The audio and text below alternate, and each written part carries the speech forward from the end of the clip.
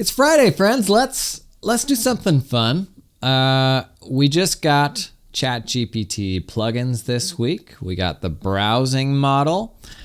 Let's talk plugins. What's possible right now? Like what we have, what we can go out and do today, and what are some interesting applications of plugins, specifically in the accounting space for the apps that we use every day, for maybe some like dream apps that could be developed as plugins. But also, is there an interesting way to productize this in a client-facing way to give our clients easier access to some of the things that we do? Let's talk about it.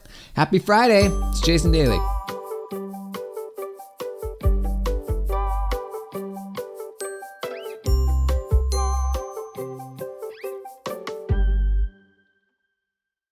Okay, ChatGPT plugins. This week, if you are on ChatGPT Plus, which is the $20 a month paid version of ChatGPT, you should have gotten access to two things: plugins and the browsing model. To turn them on, you got to go into settings under like beta something, and you have to toggle them on, so they will not be on by default. Again, only for the paid ChatGPT folks. I will preface all this by saying it's not particularly helpful right now. It's still very early days, and some of this stuff is just kind of busted. But it is interesting to look at how this can be improved upon, because a lot of smart people say that we're trending towards like a future of work that's built more around chat interfaces and not around traditional UIs. And it's very possible that the ways that we work will consolidate around these chat interfaces that will then connect with all the other apps that we use. So for example, the future of an accounting system may look a lot more like chat than it looks like, the traditional accounting system that we understand today. And that would happen via chat and voice interfaces that integrate with the other tools. So this is like significant. This could be like, it's very possible that what happened this week with the launch of plugins is genuinely something akin to like the iPhone App Store, like the introduction of a new ecosystem that will become really central to the things that we do, and like what software looks like in the future, right? Specifically, we talked about this in a past episode, but when Bill Gates did his annual, he had basically a blog post that said like, this is the age of AI. And one of the things he put his finger on was the fact that UIs will be vastly simplified going forward, because now a computer's ability to understand natural language is good enough to not need all of those buttons and fields and all of that. The buttons and the fields are there to give us really explicit ways to interact with the software. But things like ChatGPT, these language models now, are good enough to be able to discern from a normal human sentence what would go into those fields and all of that. So that stuff is no longer necessary. It means if you're a software developer, all of the work that goes into developing those user interfaces and optimizing them and all of that, in a lot of situations, not in every situation, but in many situations, you can kind of sidestep and instead have these chat interfaces. Long term, it'll be interesting. In some ways, I think it's kind of like the like smartphone keyboard versus physical phone keyboard thing. Like when the iPhone came out and you had the like touch keyboard, I'm not gonna say everybody was like this, but I want to say like the vast majority of people are like, ooh, typing on a screen is just kind of grody. Like you don't have the tactile feedback of the keyboard. And it took us a long time to just be like, well, yep, I guess we're just going to type this way now because it's useful to have that much more screen real estate. I don't know that anybody thinks typing on a screen is fundamentally better than typing on buttons, but eventually we all gave in, and now like that's just normal as all these kind of touch screen typing experiences. And my kids may never use a keyboard. Like it's like that's just become that normal. But that ultimately was like this sort of user preference thing, right? Where it was this sort of tipping point where there was this different approach to going about talking with your phone. And I think the next few years are going to be sort of a similar interesting tipping point where do we prefer to just chat via text or chat via voice with a single centralized hub that connects to my other apps? And that's how I want to go about my work. Or do I still want to have 8 tabs open and navigate through all those different apps and use all those user interfaces? I think what we can all agree that we don't want is to have 8 tabs open and all of them now have normal user interfaces and chat interfaces, which is what's happening now. Like everybody's building app into their stuff. And so now we're talking to 20 different chat bots every single day. But it'll be interesting to see what sort of where user preference kind of lands. Like this kind of sci-fi framing of the movie Her, which if you've never seen that movie, it's a fantastic movie. I think it gets a little PG-13 at a couple points, but it's basically like this near future AI assistant sort of thing. And like the reality that they portray there, like we're just about there, like very close, if not there already. But it's a really interesting kind of like sci-fi take on what that near future reality looks like, but it's all built around voice. And right now, voice to text or speech to text models, that is the AI models that take your voice and turn it into text, which ultimately text means action when it comes to ChatGPT, like it is the text that will make it go do the thing. Those those speech to text models right now are kind of slow. So like, I know a lot of us right now are like, boy, it should be a lot easier if I could just talk with ChatGPT. And that whole back and forth, the combination of the speech to text model and then the text to speech model for it to talk back to you, like that latency there is still kind of painful. And the best versions of those now still are Siri and Google Assistant. Like those models are like have been optimized for years and years to be as fast as possible when it comes to that communication part. But man, Google Assistant and Siri have never looked less intelligent than they do today. Like if I could flip a switch tomorrow and talk with ChatGPT instead of Google Assistant, or don't get me started, instead of Siri, I do that in a heartbeat. So like, it's interesting. Plugins ultimately are the way that centralized chat experience, which might replace a lot of the other ways that we use software. Plugins are the way that chat experience will interface with all the other things. So this could be like a very significant kind of like turning point in software and how we work and all that. But more practically, the stuff that is out there right now, if you go out and have a play with it, I'd encourage you to give it a try. I'll be definitely sharing more content around specific use cases for plugins as they get better. And some of these issues I'm having may honestly just be me issues. But right now, there's just over 70 apps available as plugins.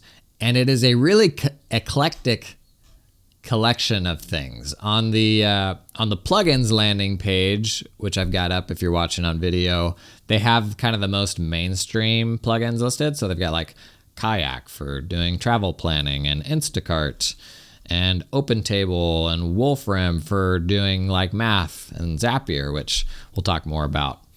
Those are all like pretty big mainstream companies. But if you get down into the nitty gritty and you go to actually like install a plugin, the collection of plugins that are out there right now, honestly, really odd and kind of remind you of the really early App Store days where it was just like this weird collection of all sorts of different things, from weather apps to calculators. A bunch of companies that I've never heard of, from Upskiller, build a curriculum for any topic, Hauling Buddies, locate dependable animal transporters using recommendations, reviews, and regulatory compliance search features. What? Crafty Clues, guess the words that the AI craftily clues for you. Add restrictions to make your game more interesting, like games built into ChatGPT. It's a really weird like collection of stuff that's out there right now. But most relevant Like, I think the most interesting thing available today is Zapier's ChatGPT plugin, because Zapier, if you aren't familiar yet, Zapier is like a connector of apps, a connector of, I think, over 4,000 different cloud apps now, where you can like connect those apps and build kind of your custom automations that are based on a trigger. So when X happens, you kick off any number of subsequent actions. And you can do this with QuickBooks, with Outlook, with Gmail, with Google Drive, with Dropbox. Like, pretty much all of the mainstream cloud apps you use support this. And a growing number of the cloud practice management systems that we have in our space support this stuff as well. So, for example, Firm 360 has a really good Zapier integration. You can create like tasks and manage your contacts and stuff like that. I think Client Hub's got some like triggers and actions in Zapier for managing contacts. But the idea of Zapier being a plugin for ChatGPT is interesting, because then theoretically, it not only it basically extends ChatGPT into all of the things that Zapier can connect with. And the devil will be in the details here, and how well it can actually pull in the information that you need, and then how that impacts the overall chat experience. Like, if it takes a minute for it to go out and do that stuff, is that so much latency that it's just kind of a pain in the butt? And I would rather just log in and do that thing manually instead. So the devil will be in the details and how it's implemented. But I can tell you what, in like my initial testing of what it looks like to set up the QuickBooks plugin, it's really interesting. Sorry, not the QuickBooks plugin. When I set up the Zapier plugin to work with QuickBooks, how it works, honestly, is really intelligent. So basically, you install the Zapier plugin, you give it access to your Zapier account, and then you can add any number of actions, and these are like Zapier actions, to the plugin. So for example, I added QuickBooks Find a Vendor and QuickBooks Find a Customer. But there's a whole bunch of Zapier actions that are supported in QuickBooks. So other things you could give ChatGPT the power to do with a QuickBooks file: create a bill, create a credit memo, create customers, estimates, expenses, products, invoices, journal entries, payments. Just big old long list. Find stuff, look stuff up. And all of these actions can be set up with the Zapier plugin that will then fetch that information for ChatGPT. Even write information back to your QuickBooks file. So like using the create an invoice example, the way it works basically is when you create the action for the plugin, that is, you're working with the Zapier plugin that specifically works with ChatGPT, you create an action there that's like create invoice. And when you're creating that action, you can have it either always use certain values or pull values to create the invoice from the conversation. So for example, and this is just hypothetical, let's say you need 5 different fields to create an invoice, a date, a customer, a dollar amount, a chart of account, like account, and a due date or something like that. I'm just making that up. You can have it, for example, always create that invoice for Jim's Car Wash, or you can tell it, figure it out from the conversation. The dollar amount, you could have it always figure it out from the conversation, or it can always be fixed. Like, let's say you wanted to create a ChatGPT conversation that was for a very, very specific use case. Maybe this company invoices just this one thing kind of all day long. You can lock that down so that you're always invoicing for the same thing. And maybe the only variables there are the customer and the quantity of what you're invoicing. And it fills out all the other stuff automatically. Like it always puts the current date in for the date on the invoice, stuff like that. So that's pretty interesting. And that's just one like little baby example of how you can use Zapier to bridge ChatGPT to QuickBooks. This episode is brought to you in part by Meester & Company, who is hiring a CAS manager. You can put job listings on this podcast. Yep. Meester & Company is a firm in Northern California. They're hiring a remote CAS manager. Teeny bit of travel required, but you can generally be anywhere. Let me tell you why Meester & Company is better than the firm that you work for right now, buddy. Okay, listen up. A few reasons. Our team is top priority, not revenue. We concentrate on our strengths and aren't afraid to turn down the wrong clients or projects. Our firm's success starts with our team members. You sold yet? We believe in work-life balance. It probably won't have you running a daily show. No billable hours or timesheets. We focus on results. They specialize in tax, accounting, and advisory engagements, steer clear of audit and attest work, because who the heck wants to do that? It is a modern, forward-looking firm that is building out their CAS practice, and you just might be the perfect person to help them do that. Let's just zoom out. Of all the firms you could go work for, the firm that's advertising on this silly little podcast, how many people listen to this? Oh, not very many. So if you're looking for something new in the CAS space, check out this job listing, put it in the show notes. You never know. It could be the job of your dreams. This episode is sponsored in part by LiveFlow. Let me tell you about LiveFlow, okay? LiveFlow is a powerful product that puts your advanced reporting on autopilot. You know what that means? Autopilot means you set it up and it just goes. The software is designed to simplify the process of creating reports by turning your spreadsheet into a scalable and real-time FP&A platform, buddy. This means that you can spend less time manually updating spreadsheets, that's a win, and more time analyzing the data and advising your clients. One of the key benefits of LiveFlow is its ability to automate the process of streamlining reports from QuickBooks. This means you can easily import all your client financial data into Google Sheets, where it can be transformed into a fully customizable thing that can be tailored to meet any of your needs, you little snowflakes. Even do like cool consolidations, custom dashboards, all that stuff. Anything that's in that QuickBooks file, you sync it back and forth, bada boom, bada bang. LiveFlow's gonna do it for you, bud. Learn more, check out the link in the video description, the show notes. Check out the link. Now, do we need to be concerned about security around this stuff? Yeah, you probably need to think about it. Right now, the way your ChatGPT works by default is it will save those conversations so that you can come back to them later. By default, it will also train the model on the prompts that you submit into it.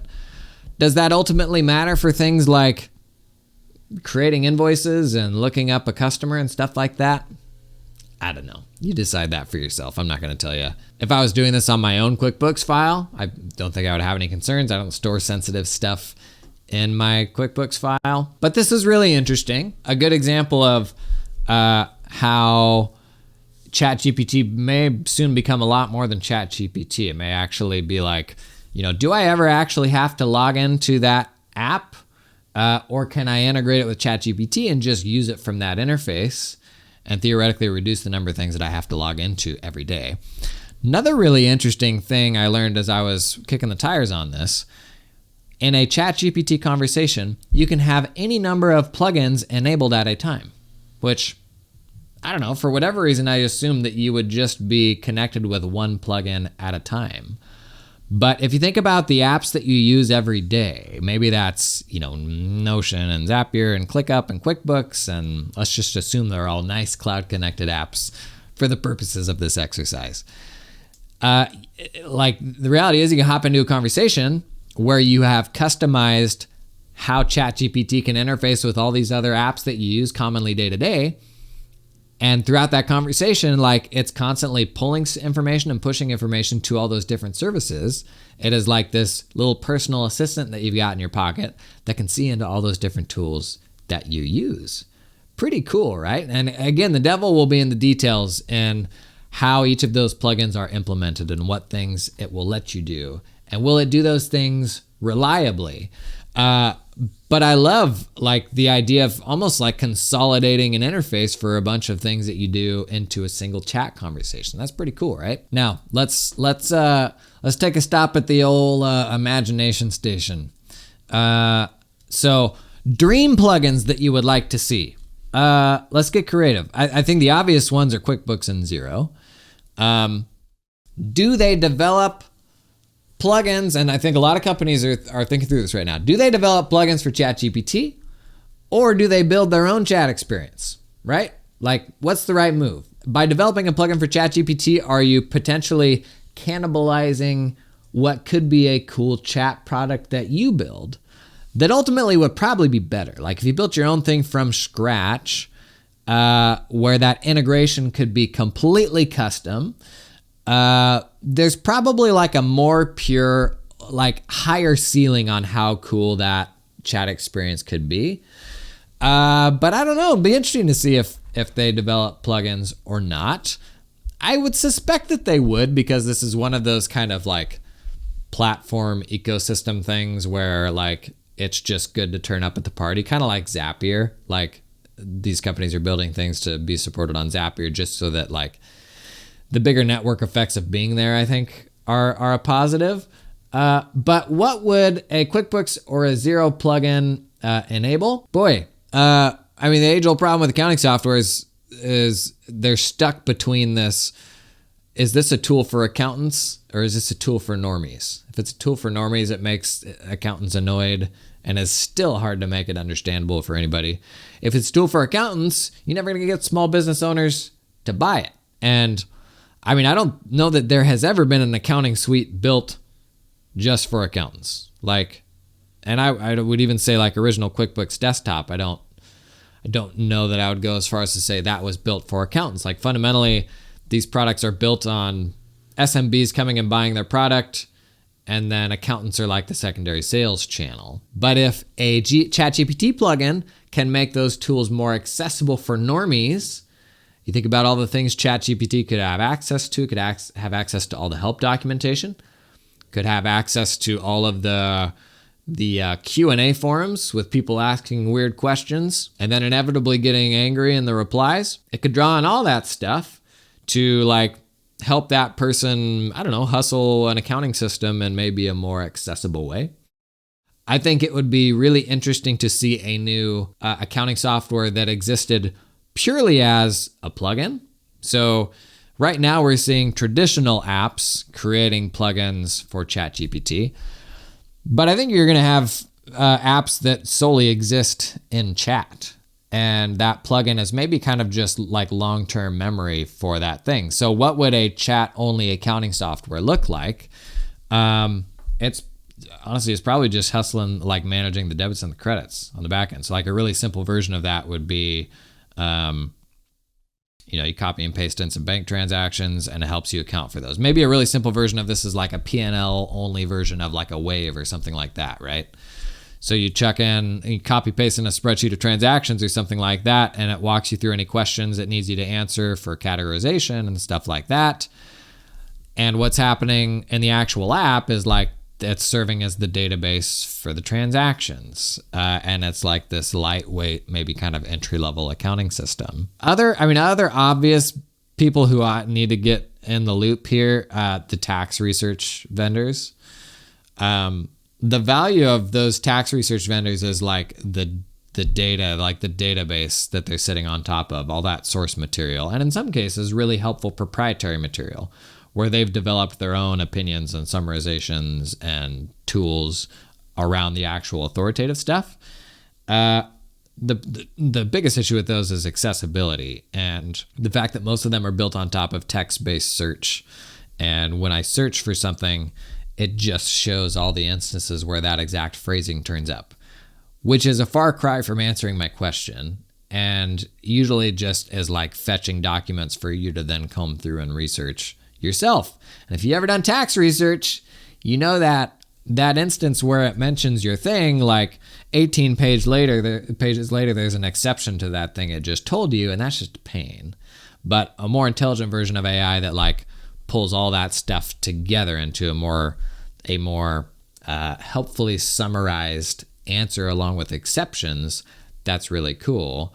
But those tax research vendors, man, like to be able to connect the tax research suite that I have to a ChatGPT conversation and it fetch the most relevant stuff for a conversation and pull that in, it's kind of the best of both worlds, right? Like the ease of talking to ChatGPT, which will continue to get better. And I imagine at some point we'll get really good voice support, like backed with the authoritative information and my tax research suite, like kind of marrying the best of both those things, right? Now, one interesting angle to plugins, oftentimes when I'm thinking about how I'm automating things for my firm, that extends to how I'm automating things for my clients, because oftentimes the clients have the same problems my firm does. And so I start thinking, is there a way to productize an application of this for my clients in a client-facing way? How can it solve their problems? And is there a way for me to build some passive revenue around a solution I can extend to them? And honestly, I really think there is. Going back to the examples of the various ways you can set up that Zapier plugin, As you're having a conversation and you're getting a deep understanding of the pain points for that specific business, they're always so much more specific than we can imagine. And then the kind of general examples that we give, it's always like, I sell at this Saturday market every week, and like this app will not let me do this specific thing, and I end up having to do this additional thing that creates 3 hours of work. Right? Like it's always that very, very specific thing. And so if we go back to the example of configuring the Zapier plugin to create an invoice, and whether you set those fields to grab the customer from the conversation or the things that you're selling from the conversation, or just put it on Rails and say it's actually always this product.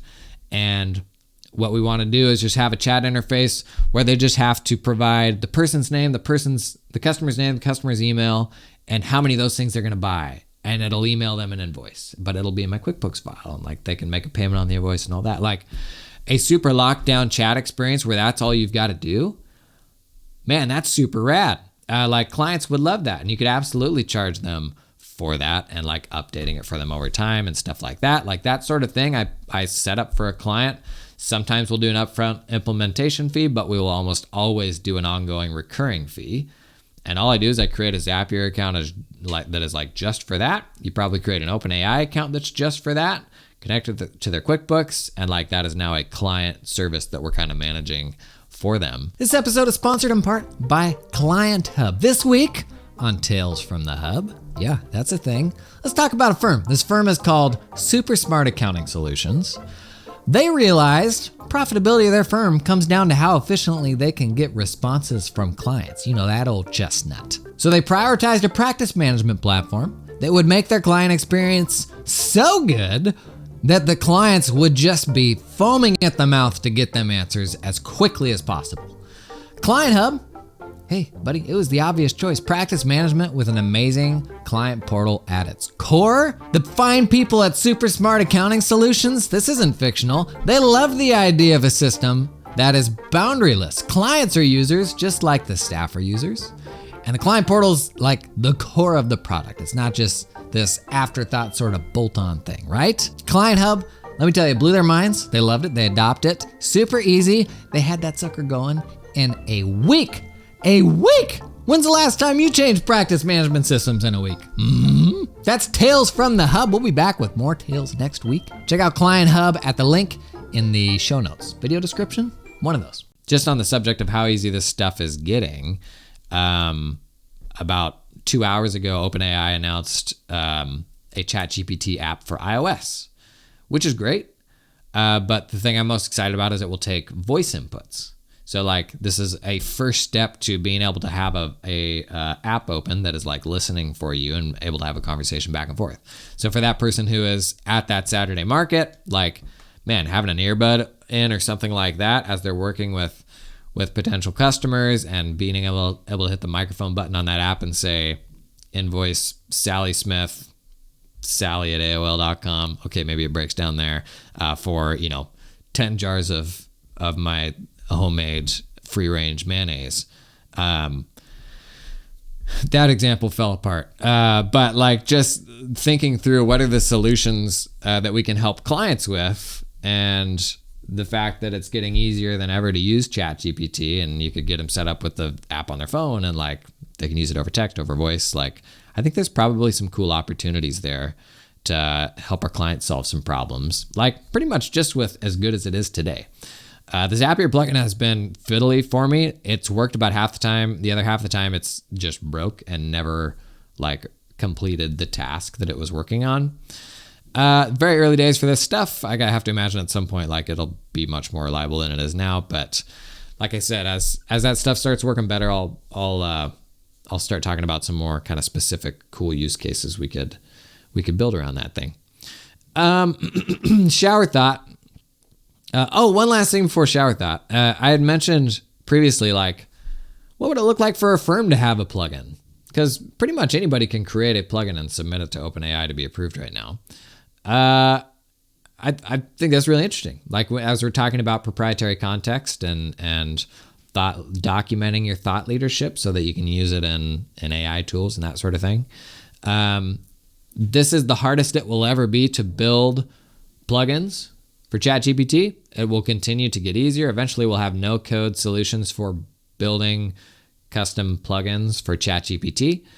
And man, like if you want to look like a real nerd and impressive to your clients, if they're into this sort of thing, like having a extension of ChatGPT that can see into your proprietary context and kind of your thoughts on different subject matters and clients being able to pull that in, like that could be pretty cool.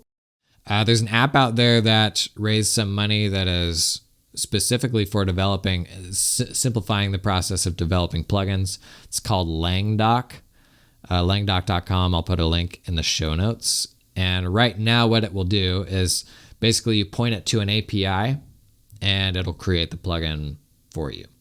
So if you're a product company and you have an API, that just made it way easier for you to develop the plugin. There are like no code ways to create your own API for your own data right now. But I wouldn't go as far as to say this is like accessible for the average Joe right now. But it's going to keep getting easier. So like one day, like you could absolutely develop a plugin for ChatGPT for your firm or something like that. I think that'd be pretty cool. Okay, shower thought. Get the caps on. Are you noticing the AI generated stuff on social media yet? So some really glaring examples on Twitter. There's, and you know, 75% of the Twitter feed now is threads, like it or not. And you're seeing a lot of very similar threads trending, which is interesting. And I think this is happening either due to one of two reasons. Either these accounts are generating these threads from the same service, and so when they come out, they're similar. I think the more likely scenario is we have AI tooling that is grabbing the fastest trending stuff on social and then reposting a modified version of it automatically. And so like, that's not a hard thing to build right now. Like you can think through what that would look like. Maybe every 3 hours it goes to Twitter search. It does a search for AI and returns the hottest stuff from the last 12 hours. Maybe it does that every 3 hours. Or maybe it grabs just the hottest threads of the last 12 hours. It takes each of those tweets, it kind of rephrases them, changes them somehow, and then automatically posts that thread to their own feed. I'm seeing this a ton on Twitter right now. I'm seeing on LinkedIn, I'm seeing more and more LinkedIn comments that are very obviously AI generated.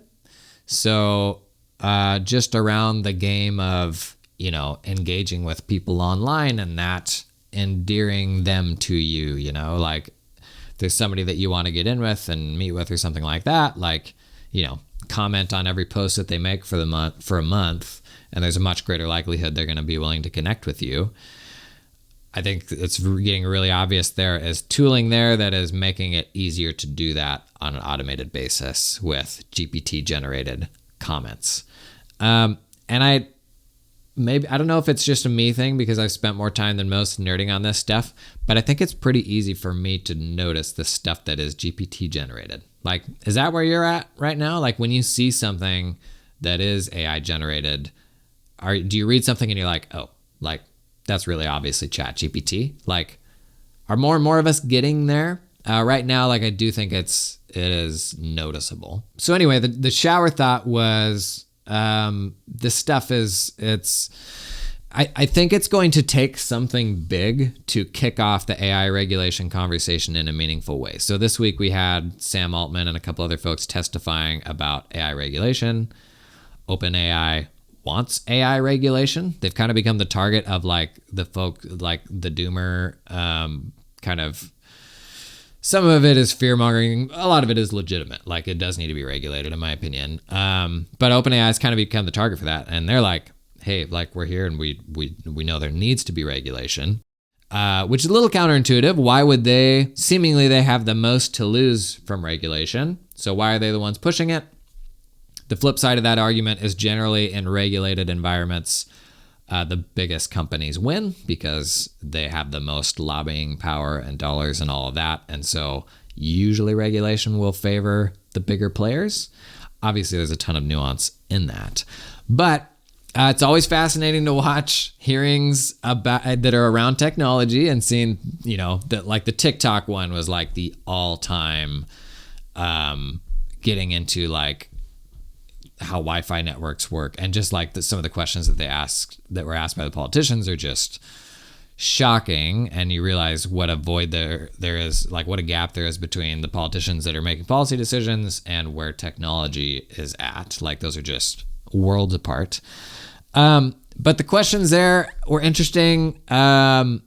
Even more interesting, like after the hearing, CNBC was interviewing Sam Altman, and he's like standing with a crowd of reporters around him, and they're asking things like, people are concerned it'll become self-aware. What do you have to say about that? I think one of them literally said, what is the risk of losing control of ChatGPT? Which ChatGPT is just an interface like that. Like it's, but like that's where kind of mainstream is at right now, with kind of their level of understanding of it and the fear of it. But, I would honestly argue with, even though AI feels like it's taken over the news cycle, I would still argue like people aren't learned and concerned enough about it, and they won't be until something happens. And I do think something will happen that will all of a sudden make that conversation much more mainstream. And that could be the next election cycle. Like, things as simple as like the Twitter threads that we're talking about, like the ability to spin up these identities that can build a following, legitimately build an organic following on the back of AI generated content.